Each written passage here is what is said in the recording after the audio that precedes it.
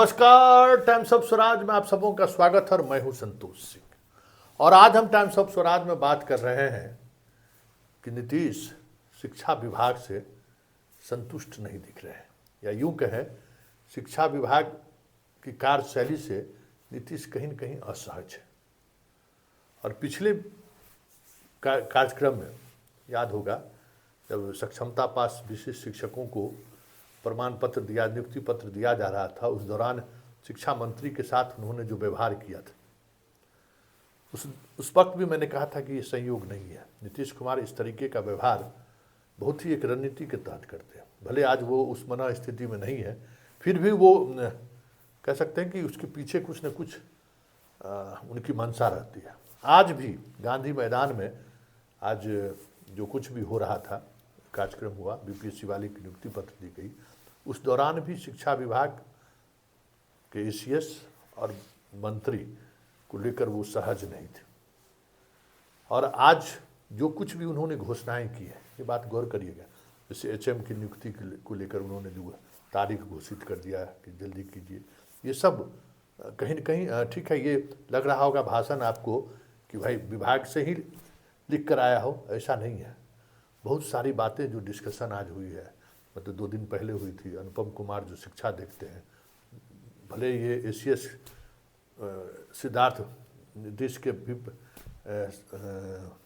Cabinet में है, मतलब नीतीश के पदाधिकारियों के कैबिनेट में, लेकिन वहाँ शिक्षा अनुपम कुमार देखते हैं और दीपक बाबू अपने वहाँ हैं ही। तो सब मुद्दे पर बातचीत हुई थी कि किस तरीके से सारा मसला पेंडिंग में।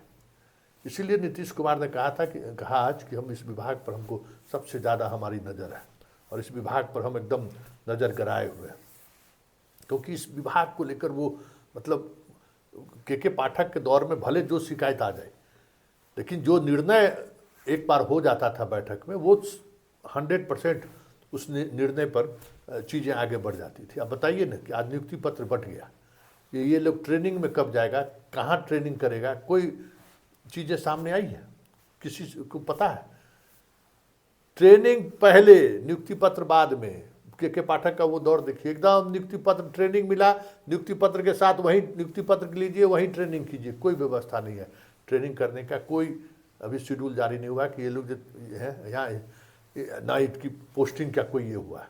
सब कुछ रेंडमाइजेशन होकर पोस्टिंग, अब इसका पोस्टिंग कब होगा वो भी नहीं है। ये सारी बातें कहीं न कहीं मुख्यमंत्री के संज्ञान में आया है कि विभाग सही तरीके से, अब विशिष्ट शिक्षक का सक्षमता का रिजल्ट निकल गया है और अभी तक पोस्टिंग उसकी हो गई है, लेकिन जिन लोगों ने पहले जिनकी पोस्टिंग हुई उसकी सैलरी को लेकर अभी भी जिला में वही परेशानी है। जिला में उसी तरीके की चीज़ें चल रही हैं।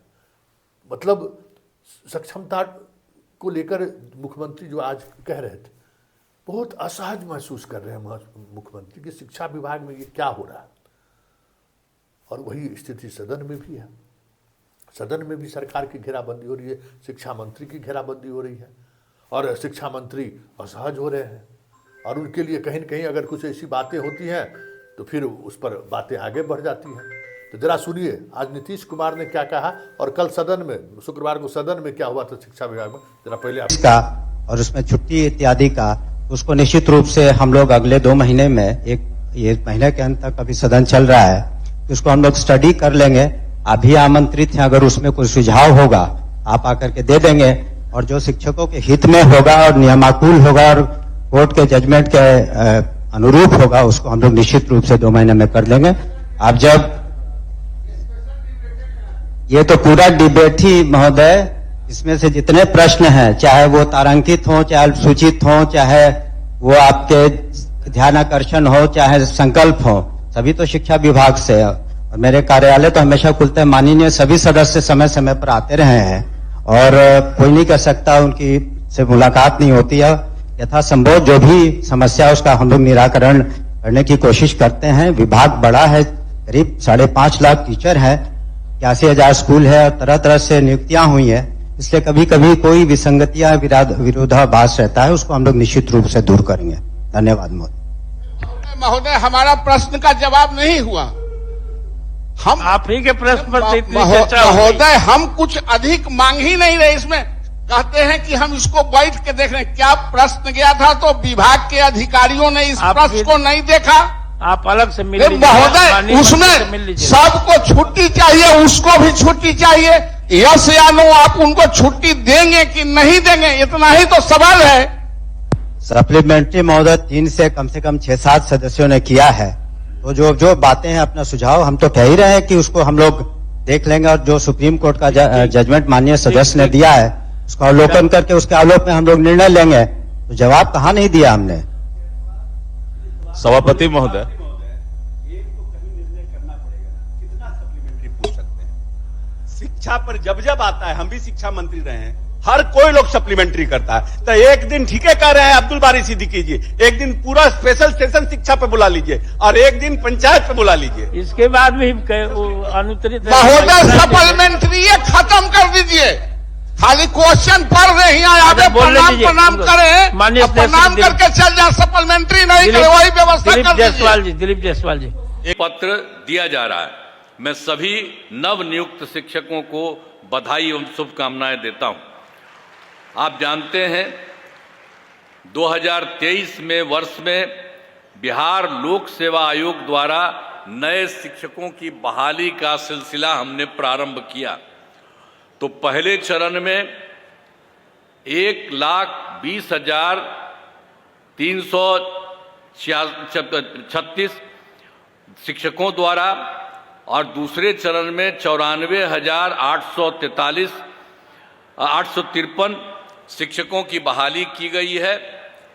दोनों चरणों के शिक्षकों को नियुक्ति पत्र पहले ही हो चुकी है, उनको दे दिया गया है। और तीसरे चरण में जो आज की बात हो रही है वही है 51,398 की नियुक्ति पत्र दी जा रही है। और आप जान लीजिए कि इन तीनों चरणों को मिला करके यानी 1,20,336, 94,833 और आज 51,389, तो इस सब मिल करके 2,68,548 नए शिक्षक हो गए। अब इसके अलावे आपको हम बता देना चाहते हैं कि बीपीएससी द्वारा नियोजित परीक्षा में 42,918 हेडमास्टर भी पास हुए हैं। अब इन्हें अगले महीने में नियुक्ति पत्र किया जाएगा। इसलिए अब इन सब लोगों को जोड़ लीजिए, जो हमने 3 को जोड़ा और उसके बाद जो 42,918 हेडमास्टर भी पास हुए हैं, तो इसको मिला करके बिहार लोक सेवा आयोग से नियुक्त होने वाले नए शिक्षकों की संख्या अब हो गई 3,11,666, 466 हो गया है। अब नियोजित शिक्षकों को सरकारी शिक्षक बनाए जा रहे हैं। आप सब जानते हैं कि पूर्व में शिक्षकों की जो अत्यधिक कमी होने के कारण वर्ष 2006-07 में जब हम लोग सरकार में आए तो उस समय देखा कि उस समय की संख्या कम है, पढ़ाई भी जितनी होनी चाहिए उतनी नहीं हो रही है। आज जितने लोगों को मौका मिले सब जगह पढ़ने के लिए वो नहीं हो रहा था। तो इसी को ध्यान में रख करके हम लोगों ने 2006 और 7 में पंचायत और नगर निकायों के माध्यम से बड़े पैमाने पर नियोजित शिक्षकों की नियुक्ति की। उन लोगों ने पहले हमसे कहा कि कुछ करें, हम कहा कि नहीं, आप लोग उसकी नियुक्ति करिए। और उन्हीं लोगों को, जितने लोग थे ये सब नियोजित शिक्षकों, उनके लिए सरकार ने पैसा देना शुरू किया और पूरे तौर पर अन्य लोगों को मिलता है उसी तरह से उनको देना शुरू कर दिया गया। तो ये सब काम हुआ। लेकिन बाद में जो हमने शुरू किया तो बाद में हम लोगों ने यही सोचा कि भाई ये तो हो रहा है, हुआ है, लेकिन इसका और विस्तार करना है और ज़्यादा बेहतर करना है। इसीलिए हम लोगों ने तय किया कि बिहार लोक सेवा आयोग के द्वारा नए शिक्षकों की बहाली होनी चाहिए। तो जो पहला बहाली हुआ जो हम बता दिए आपको 1,20,336, तो उसमें तो आप जान लीजिए कि उसमें तो जो ये लोग था जो नियोजित शिक्षक थे वो लोग भी उसमें भाग ले लिए और उसमें 28,000 उसमेमें पास हुए। तो अब तो जो पहले था, जो उन लोगों का जितने लोगों को उन्हीं के माध्यम से कराया गया था 3,68,000, तो उसमें से 48 पास कर गए, तब 3,40,000 हो गए। लेकिन हमने कहा कि भाई ये इतनी बड़ी पढ़ाई, इतनी बड़ी परीक्षा के लिए आप लोगों को आने की जरूरत नहीं है। आप लोगों को भी सरकारी शिक्षक हम लोग बनाएंगे और उसके लिए अलग से मामूली सी एक छोटी सी परीक्षा करेंगे। तो उसी के लिए 5 हम लोगों ने तय कर दिया और आप जानते हैं कि उसमें से 2 में भी काफी लोग आई हैं। पहली परीक्षा में 1,87,818 ये सब जिनको हम लोगों ने अपना परीक्षा किया नियोजित शिक्षकों का, तो उसमें तो सरकारी शिक्षक पहली परीक्षा में 1,87,818 हो गई और दूसरा जो किया तो 66,143।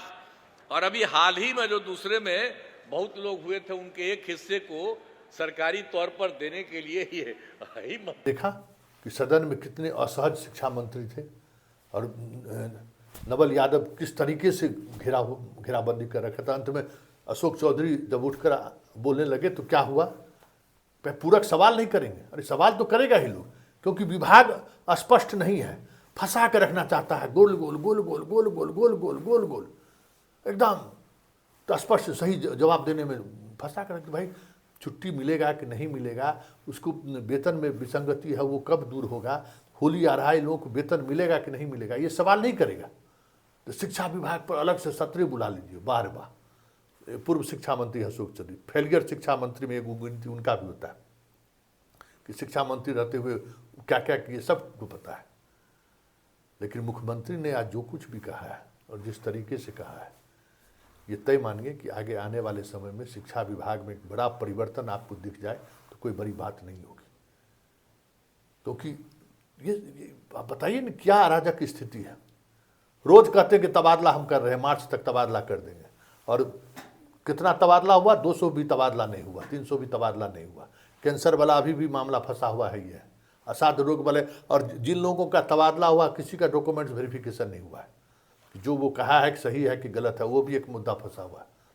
और दूसरी बात, विभाग के अंदर जो पॉलिटिक्स चल रहा है, जोगेंद्र सिंह जिस तरीके से बागी हो गए, जिस तरीके से सारे टेंडर रद्द हुआ है, सबके सब जानकारी मुख्यमंत्री तक पहुंच चुकी है। दीपक बाबू इस मामले में स्टैंड लिए हुए हैं, अनुपम स्टैंड लिए हुए हैं कि नहीं ऐसे नहीं चलने वाला।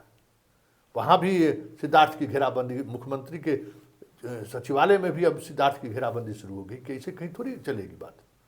ये सारी बातें ऐसी हैं जो आज कहीं न कहीं मुख्यमंत्री के भाषण में साफ देखने को मिला कि मुख्यमंत्री इसलिए घोषणा तिथि की घोषणा कर दी कि जल्दी हेडमास्टर के बाद। बताइए हेडमास्टर का रिजल्ट निकले हुए कितना दिन हो गया, और इतना 45,000 हेडमास्टर की पोस्टिंग हो जाएगी, तो आप जो ट्रांसफ़र करना चाहते हैं जिसको चॉइस पोस्टिंग दें वो तो पूरा खाली हो जाएगा। ये नियोजित शिक्षक सब ने हेडमास्टर बनाया है भाई, जो विशेष शिक्षक बना है तो सारा खाली हो जाएगा, सब लोग अपने अपने जगह पर सेटल कर जाएंगे। तो फंसा के रखे हुए हैं। तो ये जो मतलब एक ब्यूरोक्रेट का जो एक नज़रिया होता है ना चीज़ों को फंसाए रखने का, इस बात को नीतीश ने बेहतर तरीके से समझ लिया। इसलिए आगे आने वाले समय में शिक्षा मंत्री और ACS को लेकर मुख्यमंत्री कोई बड़ा फैसला ले ले तो कोई बड़ी बात नहीं।